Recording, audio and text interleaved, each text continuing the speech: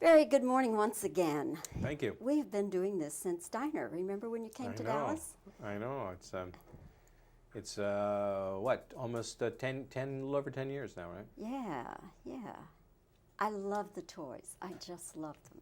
Yeah, they're wonderful things. I mean, they really have there's a real sense of innocence about them, especially, the old ones that we use, throughout the film in terms of what once was. The picture to me is I didn't know what to expect, Barry. I really didn't, but I just love it. It's my kind of thing, I love the art direction. I just love the kind of off-the-wall humor, and yet it does have a serious message to it. Yeah. You wanted to make this movie as your very first feature film before Diner. To be the first film I would have ever directed, yes. Yes. Are you glad now that it worked out where you're doing it now instead of then? It's kind of a yes and a no. On one hand, yes, because I think I have the cast. I think we were able to pull off some of the visuals that may not have been able to have been done as well even a half a dozen years ago in that respect. On the other hand, it's, you carry something around for like 12 years in your head. It's like becoming like, I got to do this already, so the frustration of it. So there's a duality to it, but I'll be very pleased in terms of it's made, it's out now, and I'm very happy about it. Because the technology has advanced so much, you're able to take advantage of that in this film. Could you give me just maybe one example of that sort of thing that couldn't have been done 12 years ago? Well, there's that war room situation where all the children are playing these kind of very advanced, video games, and we come up off the wall, and there's a whole entire room filled with it, and all of these multiple screens with kind of like three-dimensional imprints. And as he walks by it, and you can see these things almost like floating outside of the screen, that whole shot. I mean, you could not have done that technology even probably less than 2 years ago.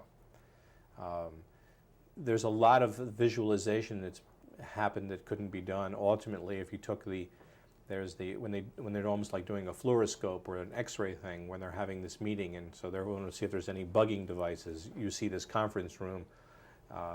They're all skeletons having conversations. You couldn't have done that technology probably more than a year ago in that way. So, and I think that they've added a nice little extra texture to it because of that. So a lot of the technology is continuing to evolve video-wise, and certainly from when the first time I saw the arcades in the late 70s and thought about the potential in terms of military significance, and now seeing how that gap is closed. Had you done it 12 years ago, who would have been in the Robin Williams role? Well, I talked about Robin Williams. Even then? But then, yeah. So I never got to that. The movie was canceled before we got that far. But I thought about Robin then, and fortunately it happened now. As you were getting it together this time, did a lot of studios turn you down, or what was the acceptance? Well, it's been turned down, for 12 years by a lot of people, mainly because you can't categorize it. You can't describe it. It's not like any other film. That's why sometimes when we look out there and we say, well, there's a lot of movies, they all seem the same. It's because you can sell that idea to the studio. It's Die Hard and this. It's this movie and that. And so you put those together, and that's an easier sell. So when I would say, I want to do toys, and they'd say, well, what is it like? We had a little bit of like silence in the room because I couldn't explain it. And I think even now it's difficult to explain if you're trying to tell your audience, well, it is, you can't quite describe it, but it's exciting. It's very kind of fresh. I mean, you can really go there and sit back and go for a ride that you may have never experienced before. But that, in the selling stage, in terms of a studio, is very difficult. And in this case, Fox finally stepped up to it and took that chance. I have to tell you, Barry, to me, it's the most dazzling movie I've seen since Star Wars. Really. I just felt that way about it. I think there were some people who did some extraordinary work. I think that I'm really proud for the entire unit that we put together to accomplish what we had to do. I kept watching the movie and thinking how I would convey to an audience what it is. And to me, it's maybe Monty Python meets Fellini. I had not heard that. I like that. I like both of them, so I would say that's a good one. Can I use that? Oh, absolutely. Be my guest. No, I'm a card-carrying Monty Python fan. Love the Pythons. I love that kind of outrageous kind of sensibility. Yes. Would you advise, or if someone were to ask you, Barry, could I take my little kids, could I take my 4, 5, 6-year-olds to this? What would you say to them? I would say yes. I mean, I took my 7-year-old and a 4-year-old, and in one of the early cuts to see how they would respond to it. They don't understand certain things that go on, but one of the things we always overlook is it doesn't necessarily matter. Think back to like when I was a kid, I'd see some pirate movie. I don't know where they were going or something, the Queen, I didn't know what any of that stuff was about, but there were enough things in it that I could be excited by and fascinated by, and I think the same thing applies here.